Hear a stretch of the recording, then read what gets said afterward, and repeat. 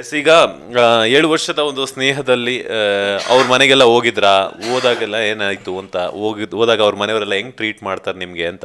ಇಲ್ಲ ಇಲ್ಲ, ನನಗೆ ಎಸ್ಪೆಷಲಿ ಅವ್ರ ಮನೆಗೆ ಫಸ್ಟ್ ನನ್ನನ್ನು ಕರ್ಕೊಂಡು ಹೋದ.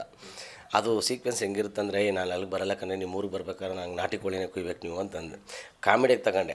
ಖಂಡಿತ ಕುಯ್ಸ್ತೀನಿ ಬನ್ನಿ ಸರ್ ಅಂತ ಹೇಳ್ಬಿಟ್ಟು ಸೀದಾ ಕರ್ಕೋದು. ಹೋಗೋಷ್ಟರಲ್ಲಿ ಫಾರಮ್ ಕೋಳಿ ಕಟ್ ಮಾಡಿಸ್ಕೊಂಡು ಕಟ್ ಮಾಡಿದೆ. ನೋಡಿ ಅಲ್ಲಿ ಹೆಂಗೆ ಕಾಮಿಡಿ ಮಾಡೋದು ಅಂತ ಹೇಳಿದ್ರೆ, ಸರ್ ನಾಟಿ ಕೋಳಿ ಸಿಗಲಿಲ್ಲ ಸರ್, ತಪ್ಪಿಸ್ಕೊಬಿಡ್ತು, ಅದಕ್ಕೆ ಇದನ್ನು ತಗೊಬಂದಿನಿ ಅಂತ ಹೇಳ್ಬಿಟ್ಟು ಊಟಕ್ಕೆ ಇಕ್ತಾ ಒಳಗಡೆ ಹೊಂಟೋದವಾಗಿ.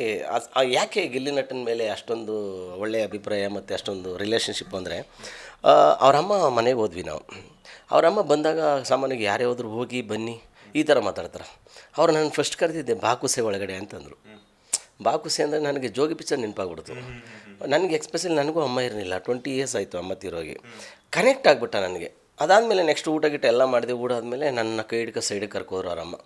ಅಪ್ಪ ನನ್ನ ಮಗ ಬೆಂಗಳೂರಲ್ಲಿದ್ದಾನೆ, ಏನಾದ್ರು ತಪ್ಪು ಮಾಡಿದ್ರೆ ನಿನ್ನ ರೂಮಲ್ಲಿ ಇರ್ತಾನಂತೆಲ್ಲ, ನಿನ್ನ ಜೊತೆ ಫ್ರೆಂಡ್ಶಿಪ್ಪಾಗಿ ಜಾಸ್ತಿ ಇದ್ದೀರಲ್ಲ, ನಿಮ್ಮ ವೀಡಿಯೋಗೆಲ್ಲ ನೀವೇ ಮಾಡ್ತೀರಿ, ಹಿಂಗಾಗಿ ಏನಾರು ಅಕಸ್ಮಾತ್ ತಪ್ಪು ಮಾಡೋ ನನ್ನ ಮನೆಯದು ಹೊಟ್ಟೆಗೆ ಹಾಕೊಳ್ಳಪ್ಪ, ಅವ್ನಿಗೆ ಸ್ವಲ್ಪ ಸಪೋರ್ಟ್ ಮಾಡು ನೀನು ಅಂತೇಳಿ ನನ್ನ ರಿಕ್ವೆಸ್ಟ್ ಮಾಡೋದು.